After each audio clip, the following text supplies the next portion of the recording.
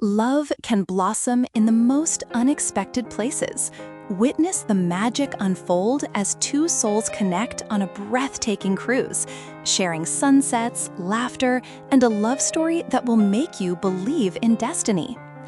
The hum of the colossal engines of the Azure Dream was a soothing balm to Emily, a gentle vibration that seemed to promise a steady journey away from the wreckage of a recently imploded 5-year relationship. She had booked this Caribbean cruise on a whim, a desperate attempt to trade the oppressive gray of her city apartment and the even grayer landscape of her heart for something vibrant and alive. Her suitcase, meticulously packed, contained not just sundresses and swimwear, but also a carefully curated collection of books meant to be her soul companions. Romance, she decided with a grim finality, was a chapter best left closed, at least for the foreseeable future. She clutched her welcome mimosa a little too tightly, surveying the bustling embarkation deck, a kaleidoscope of excited families, boisterous groups, and serene older couples. She felt conspicuously alone, a solitary satellite in a galaxy of togetherness, and a pang of regret pricked at her. Perhaps this had been a mistake. Ethan, meanwhile, navigated the throng with the practiced ease of a seasoned traveler, though his reasons for being aboard the Azure Dream were less about escape and more about obligation. A travel writer by trade, this particular assignment, luxury cruising for the discerning solo traveler, felt a little too on the nose given his own perpetually single status. He preferred unearthing hidden gems in dusty souks or trekking through remote mountain ranges, not being confined to a floating city of enforced leisure. He was here to observe, to document, to find an angle that transcended the usual clichés. His camera bag bumped against his hip, a familiar comfort, and his mind was already cataloging potential opening paragraphs. He spotted a free lounger near the railing during the mandatory safety drill, a welcome reprieve from the forced joviality of the introductory announcements, and made a beeline for it, nearly colliding with a woman who seemed equally determined to find a quiet corner. Their first proper interaction occurred later that afternoon, during a guided tour of the ship's upper decks. Emily, trying to remain inconspicuous at the back of the group, found herself mesmerized by the endless expanse of the turquoise ocean, the way the sun fractured on its surface like a million sky diamonds. She sighed, a small, involuntary sound of genuine awe. Ethan, who had been observing the group more than the ship's features, noted her quiet absorption. When the tour guide pointed out a distant pod of dolphins leaping in the ship's wake, a ripple of excitement went through the crowd. Emily, however, remained still, a soft smile gracing her lips, as if she were sharing a private secret with the sea. Later, at the welcome cocktail party by the Neptune pool, a cacophony of cheerful chatter and clinking glasses, Ethan found himself standing near her at the periphery. "They put on quite a show, don't they?" he commented, gesturing vaguely towards the general revelry, his tone mildly ironic. Emily, startled, turned. "Oh, the dolphins? Yes, they were incredible." He chuckled. "I meant the passengers, but the dolphins were a definite highlight." A blush crept up Emily's neck. "Right, yes, it's all very enthusiastic." The initial exchange was stilted, punctuated by the kind of pauses that amplify self-consciousness. Yet, as they both gazed out at the horizon, where the sun was beginning its spectacular descent, a shared appreciation for the vast, indifferent beauty of the ocean began to dissolve the awkwardness. He learned she was an architect, appreciative of lines and structure, but currently seeking solace from a different kind of deconstruction. She discovered he wrote about places, capturing their essence in words, though he confessed this particular place was out of his usual comfort zone. A shared love for the quiet majesty of the sea, and perhaps a mutual weariness of forced social interactions, became the first delicate thread connecting them. The Azure Dream was a masterpiece of maritime engineering and opulent design, a floating palace dedicated to pleasure and escape. Days aboard blurred into a luxurious rhythm, punctuated by the gentle sway of the ship and the ever-present panorama of the ocean. sunlight streamed through the floor-to-ceiling windows of the grand atrium, illuminating sparkling chandeliers and polished marble. The scent of salt air mingled with the faintest hint of chlorine from the sprawling, multi-level pool decks, where waiters in crisp white uniforms circulated with trays of colorful cocktails. Emily found herself drawn to the Serenity Deck, an adults-only oasis with plush daybeds and an infinity pool that seemed to merge with the horizon. Ethan, too, often sought refuge there, his notebook and pen a constant presence, though increasingly his gaze would drift from his jottings towards Emily. They'd exchange smiles, then tentative conversations that grew longer and easier with each passing day. Their encounters started to feel less like chance and more like a comfortable pattern. They found themselves at the same table during a wine tasting seminar, discovering a shared amusement at the sommelier's overly dramatic descriptions. Emily, initially hesitant, accepted Ethan's invitation to join him for dinner at L'Étoile, the ship's fine dining French restaurant. Amidst the clinking of silverware, the murmur of refined conversation, and the exquisite flavors of coq au vin and crème brûlée, they talked for hours, sharing stories of past travels, favorite books, and dreams that had been put on hold. Laughter came more easily to Emily than it had in months, a light, bubbling sound that made Ethan's own smile widen.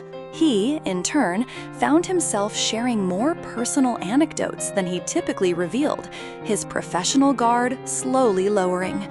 They danced one evening in the Starlight Lounge, a live jazz band crooning soulful melodies. Emily, initially self-conscious, felt herself relax in Ethan's confident hold, the music and the gentle rocking of the ship creating an intimate bubble around them.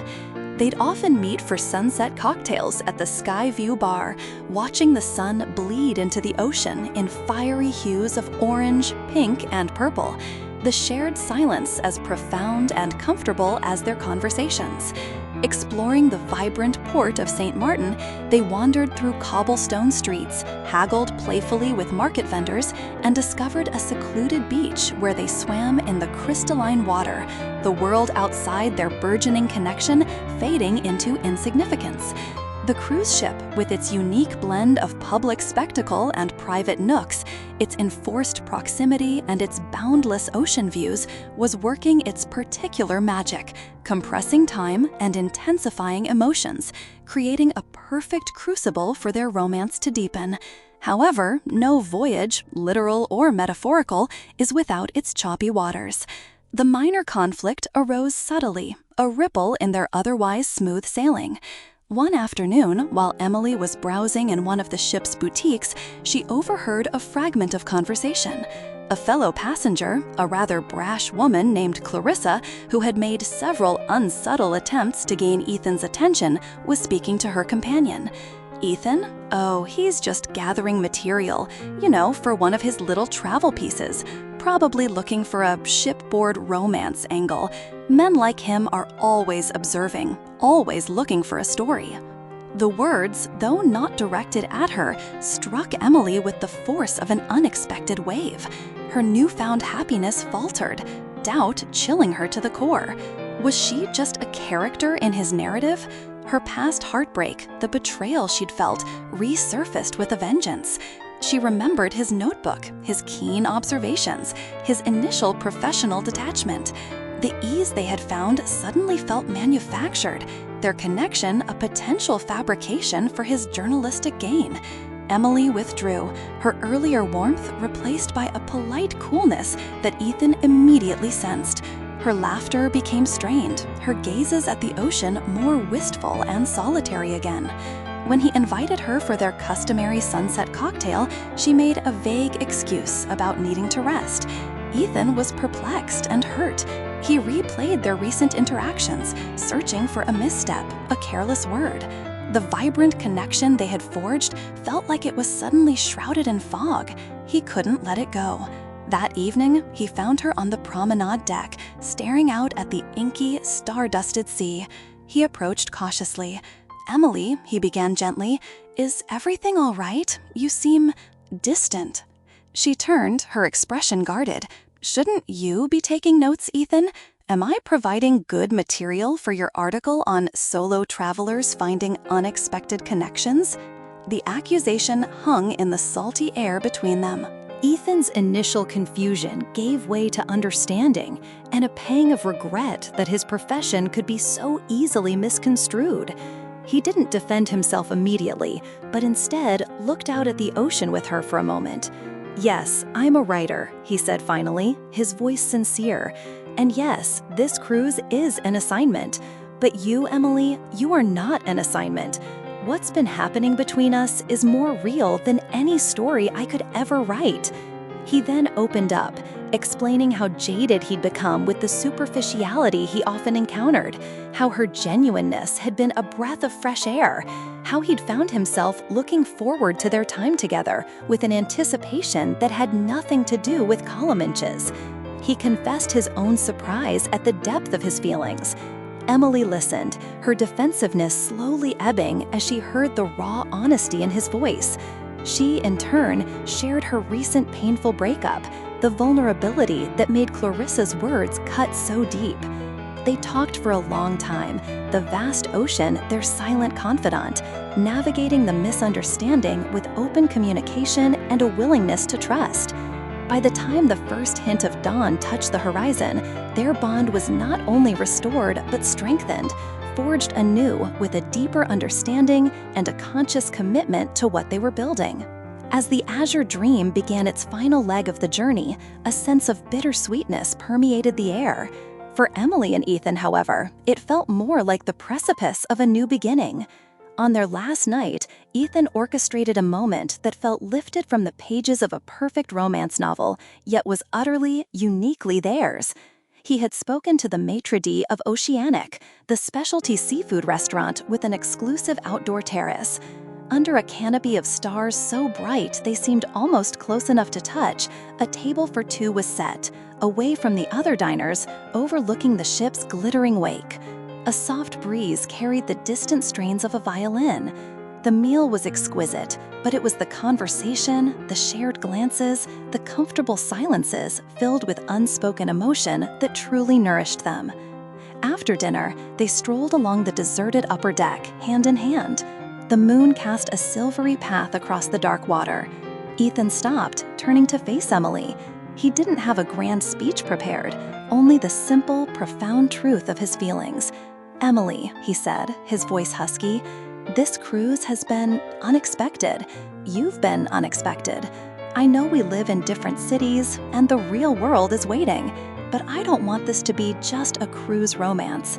What I feel for you, what we've found here, it's something I want to explore, to build on, long after we dock." Emily's eyes glistened. The defensive walls she had so carefully constructed before this voyage had crumbled, replaced by a radiant openness. "Ethan," she whispered, her hand tightening on his, "I feel it too. I haven't felt this hopeful, this happy, in such a long time. I was so afraid to let anyone in again, but you just sailed right past all my defenses." He drew her closer, and under the silent, benevolent gaze of a million stars, they shared a kiss that was both a culmination and a promise, a seal on the magic of their voyage and a hopeful prologue to a future yet unwritten. As the Azure Dream finally sailed into its home port the next morning, the disembarkation process, usually a somewhat chaotic affair, felt different for them. Amidst the flurry of goodbyes and luggage, there was an unspoken understanding, a plan to meet, to bridge the geographical distance. They exchanged numbers, addresses, and a lingering embrace that spoke volumes. Watching the ship recede as her taxi pulled away, Emily didn't feel the familiar pang of an ending, but the thrilling, hopeful pulse of a new beginning. Reflecting on their journey, it was clear that their transformation from guarded strangers to hopeful lovers was a testament to the unpredictable, often miraculous power of chance encounters. Neither Emily nor Ethan had boarded the Azure Dream seeking romance. One was fleeing it, the other professionally observing its typical manifestations. Yet, in the unique, contained world of the cruise ship, an environment designed for connection, yet often fostering superficiality, they found something profoundly authentic. The magic of the voyage wasn't just in the luxurious amenities or the exotic ports of call, but in the way it stripped away the distractions and pressures of everyday life. It provided a compressed time frame and an idyllic backdrop that allowed them to truly see and connect with each other on an intimate level, sharing vulnerabilities and discovering common ground with an intensity that might have taken months or years to achieve on land. Their experience underscored the importance of remaining open, even when past hurts tempt us to close ourselves off. It highlighted the courage it takes to take a risk on another person, to step out of one's comfort zone and embrace the unexpected. For anyone hesitating on the brink of a new connection, their story serves as an inspiration. Sometimes, all it takes is a shared glance across a crowded room or a quiet moment by the ocean to set in motion a love story destined to unfold. Embrace the possibility, take that leap of faith, for love in its most wondrous forms often blossoms in the most unexpected of places, just waiting for two souls to be brave enough to notice.